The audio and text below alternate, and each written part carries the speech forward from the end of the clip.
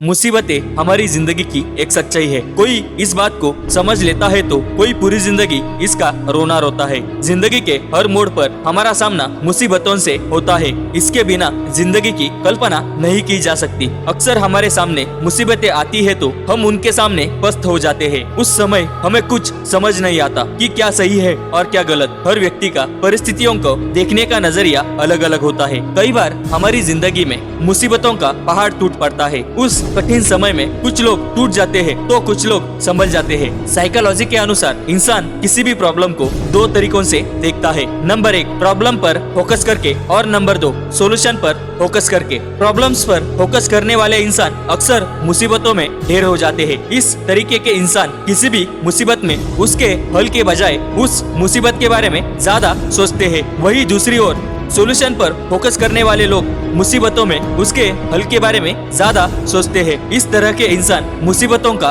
डट के सामना करते हैं। दोस्तों, आज मैं आपके साथ एक महान इंसान की कहानी शेयर करने जा रहा हूँ जो आपको किसी भी मुसीबत में लड़ने के लिए मोटिवेट करेगी। दोस्तों, आपने नेपोलियन बोनापार्ट का नाम सुना ही होगा। जी हाँ, वही नेपोलियन बोनापार्ट जो फ्रांस के एक महान, निडर और साहसी शासक थे जिनके जीवन में असंभव नाम का कोई भी शब्द नहीं था। इतिहास में नेपोलियन को विश्व के सबसे महान और अजय सेनापतियों में से एक गिना जाता है। वो इतिहास के सबसे महान विजेताओं में से एक माने जाते थे। उनके सामने कोई रुक नहीं पाता था। दोस्तों, नेपोलियन अक्सर जोखिम भरे काम किया करते थे।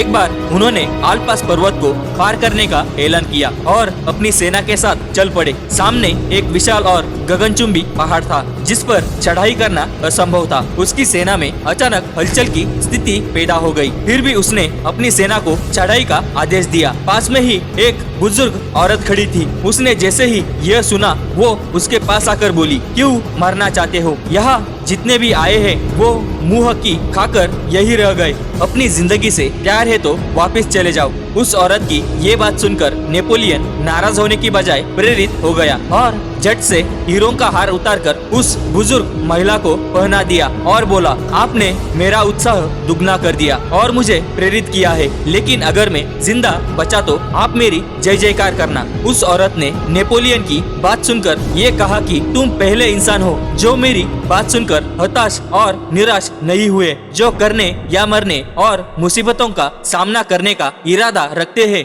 वो लोग कभी भी नहीं हारते। आज सचिन तेंदुलकर को इसलिए क्रिकेट का भगवान कहा जाता है क्योंकि उन्होंने जरूरत के समय ही अपना शानदार खेल दिखाया और इंडियन टीम को मुसीबतों से उबारा। ऐसा नहीं है कि मुसीबतें हम जैसों के सामने ही आती है। भगवान श्री राम के सामने भी मुसीबतें आई थी। विवाह के बाद वनवास की मुसीबत, उन्होंने सभी मुसीबतों का सामना आदर्श तरीके से किया, तभी वो मर्यादा पुरुषोत्तम कहलाए जाते हैं। मुसीबतें ही हमें आदर्श बनाती है। आखिर में एक बात हमेशा याद रखिए, जिंदगी में मुसीबतें चाय के कप में जमी मलाई की तरह है और कामयाब वो लोग हैं जिन्हें फूंक मार के मलाई को साइड कर चाय पीना आता है। दोस्तों, ये वीडियो आपको कैसी लगी हमें कमेंट सेक्शन में जरूर बताएं और वीडियो अच्छी लगे तो लाइक, कमेंट और सब्सक्राइब करें। धन्यवाद।